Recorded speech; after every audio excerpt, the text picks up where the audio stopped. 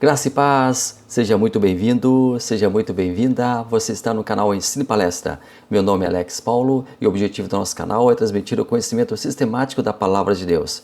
Muito obrigado a você que já faz parte da nossa comunidade, você que toda quarta-feira está aqui assistindo os vídeos do nosso canal, a estreia dos vídeos do nosso canal, você que acompanha as nossas playlists. Muito obrigado a você que está aqui no Ensino e Palestra nos ajudando a crescer. Você que está chegando agora, você que está conhecendo nosso trabalho, convido você a assistir o vídeo até o final. Se gostar dele, deixe seu like. Se gostar dele, faça seu comentário. Se gostar dele, inscreva-se no canal. Isso é muito importante para que a plataforma entenda que este canal, que este vídeo, ele é bom e deve também ser reproduzido, deve também ser assistido por outras pessoas. E assim a própria plataforma do YouTube vai indicando o nosso vídeo. Muito obrigado então a você pelo apoio ao nosso trabalho. E vamos juntos aqui trabalhando com a nossa revista Lições Bíblicas, o guia de estudos publicado pela Casa Publicadora das Assembleias de Deus. Nós trabalhamos com a faixa etária de adulto, que neste quarto trimestre de 2022 traz como tema o livro de Ezequiel, a justiça divina, a preparação do povo de Deus para os últimos dias no livro de Ezequiel.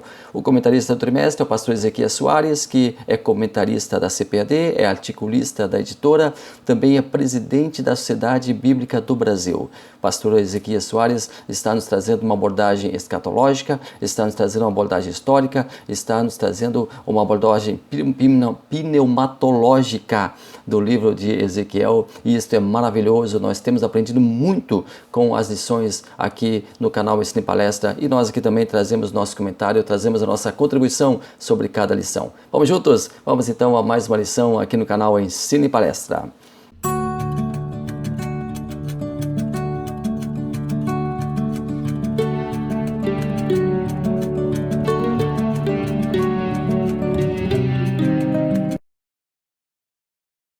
Chegamos à 12ª lição, já estamos encerrando o nosso trimestre, e a lição número 12, ela fala sobre imersos no Espírito nos últimos dias. Nós vamos trabalhar mais uma visão de Ezequiel.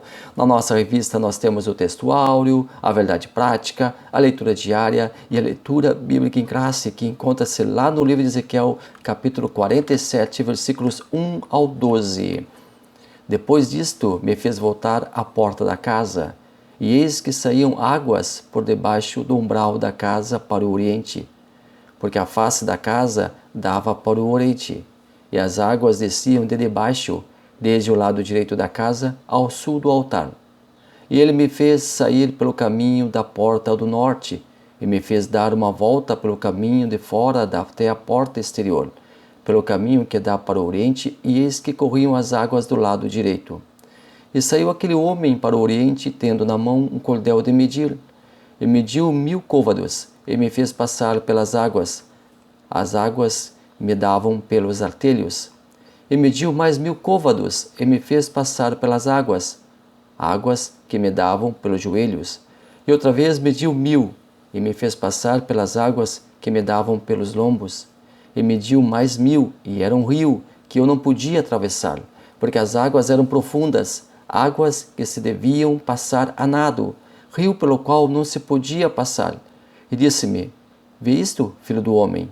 Então levou-me e me fez voltar para a margem do rio. E tendo eu voltado, eis que à margem do rio havia uma grande abundância de árvores de um lado e de outro lado. Então disse-me: estas águas saem para a região oriental, e descem ao deserto e entram no mar, e sendo levados ao mar, as águas tornar-se-ão saudáveis. E será que toda criatura vivente que passar por onde quer que entrar em esses rios viverá? E haverá muitíssimo peixe, porque lá chegarão estas águas, e serão saudáveis, e viverá tudo por onde quer que entrar este rio. Será também que os pescadores estarão em pé junto dele, desde El-Engedi até El-Engraim. Haverá lugar para estender as redes. O seu peixe, segundo a sua espécie, será como o peixe do mar grande, em multidão excessiva. Mas os seus charcos e os seus pântanos não tornar-se-ão saudáveis, serão deixados para sal. E junto ao rio, à sua margem de um rio, de um lado e de outro, nascerá toda sorte de árvore que dá fruto para se comer. Não cairá a sua folha, não acabará o seu fruto, nos seus meses produzirá novos frutos, porque as suas águas saem do santuário, e o seu fruto servirá de comida, e a sua folha de remédio.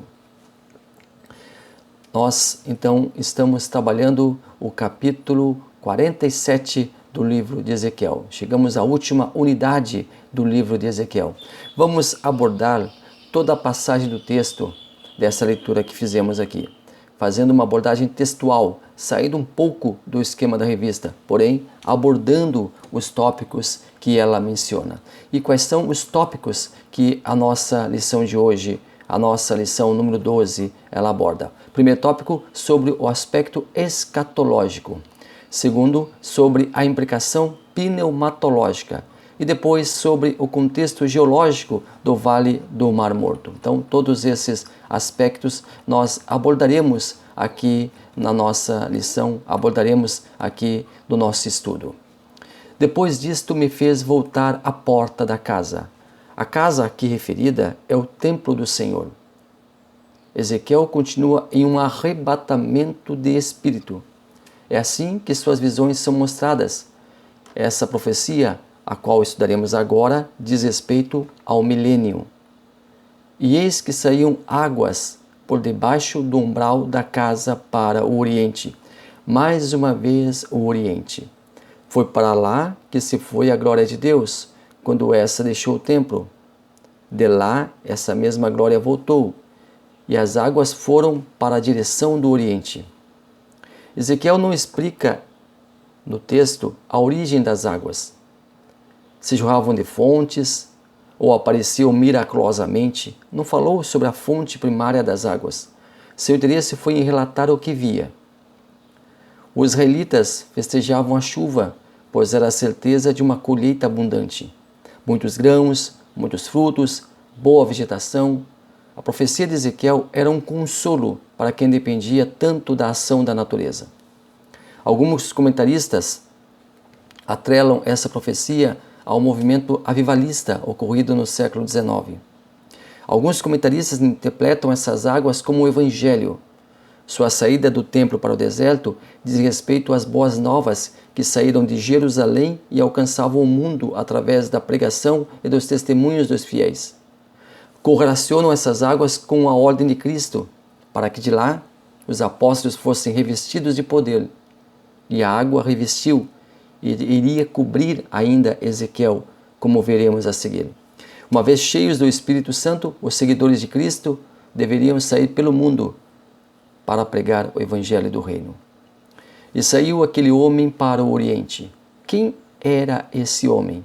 Tudo indica que é o mesmo que já falava anteriormente com Ezequiel. O próprio Deus continuava conduzindo Ezequiel em sua visão.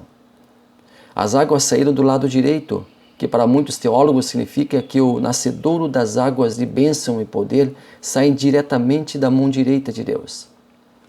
Tendo na mão um cordel de medir, esse homem iria informar a Ezequiel as medidas das águas que eram contempladas na visão. E mediu 1000 côvados.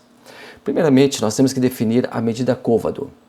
Essa era uma medida utilizada no Antigo Oriente e era de aproximadamente 45 centímetros. Arredondando essa medida, podemos dizer que é cerca de meio metro. Logo, aqui a medida realizada pelo ser celestial era de cerca de 500 metros. A partir desse momento, à medida que as águas corriam para o deserto, sua força iria aumentar. Iria alcançar maiores níveis. E Ezequiel experimentaria essa sensação. As águas estavam pouco a pouco inundando, tomando conta. Ele estava dentro da água, e a água pouco a pouco tomaria conta dele, aumentando o nível paulatinamente, conforme iremos testemunhar no decorrer do texto. E me fez passar pelas águas, águas que me davam pelos artelhos. A profundidade da água naquele ponto chegava aos artelhos, ou seja, nos tornozelos. Logo, as águas eram extremamente rasas. E mediu mais 1000 côvados, e me fez passar pelas águas, águas que me davam pelos joelhos. Nesse novo ponto do rio, ainda não era um rio, ainda eram águas, a profundidade aumentava. Aqui, as águas já chegavam nos joelhos de Ezequiel. E outra vez mediu 1000, e me fez passar pelas águas que me davam pelos lombos. A travessia prosseguia. Ezequiel entrava cada vez mais fundo. As águas já alcançavam seus lombos, ou seja, a sua cintura. Note que as águas já começavam quase a encobrir Ezequiel. E mediu mais 1000, e era um rio que eu não podia atravessar, porque as águas eram profundas, águas que se deviam passar a nado, rio pelo qual não se podia passar. Provavelmente aqui, segundo alguns estudiosos, as águas já estavam praticamente no pescoço de Ezequiel.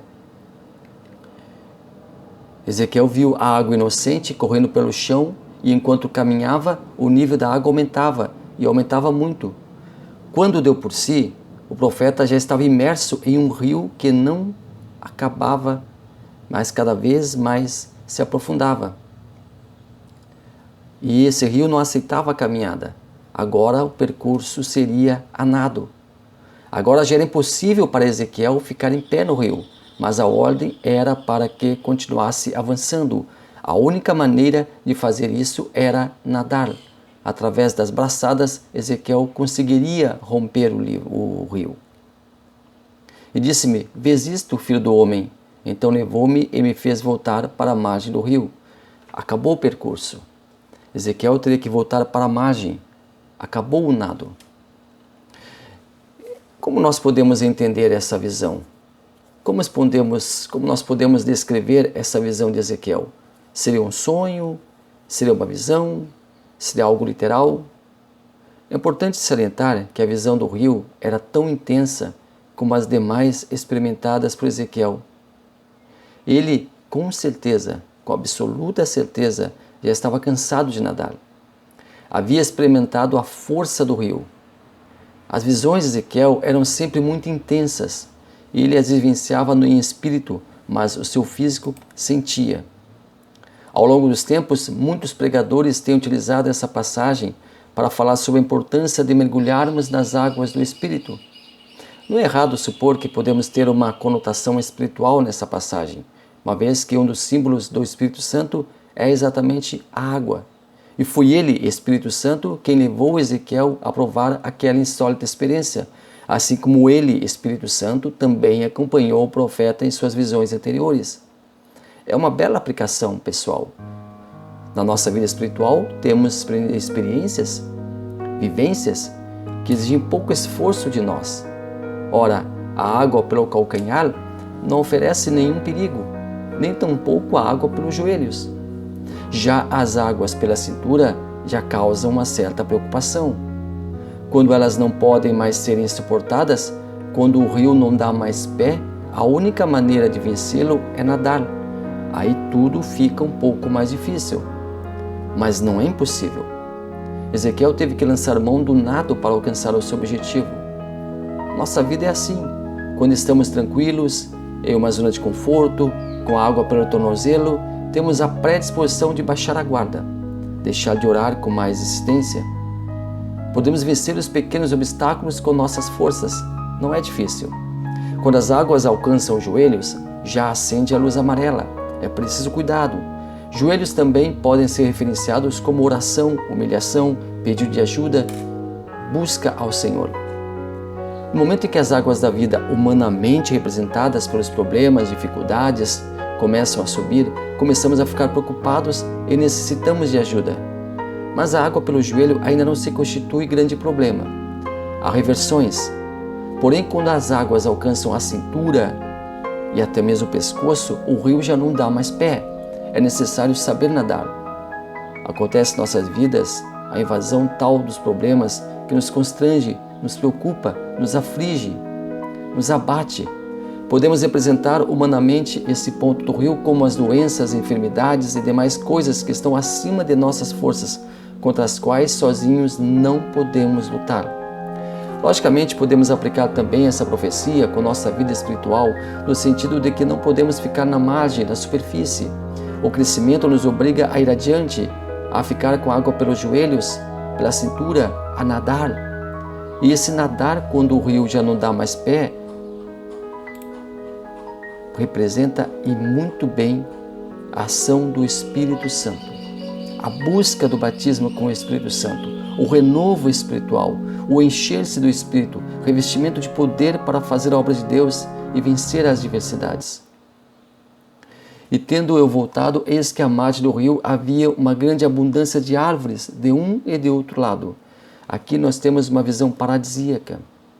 E então disse-me: estas águas saem para a região oriental e descem ao deserto e entram no mar. Os estudiosos entendem que se trata do Mar Morto. Mas aqui temos um grande problema.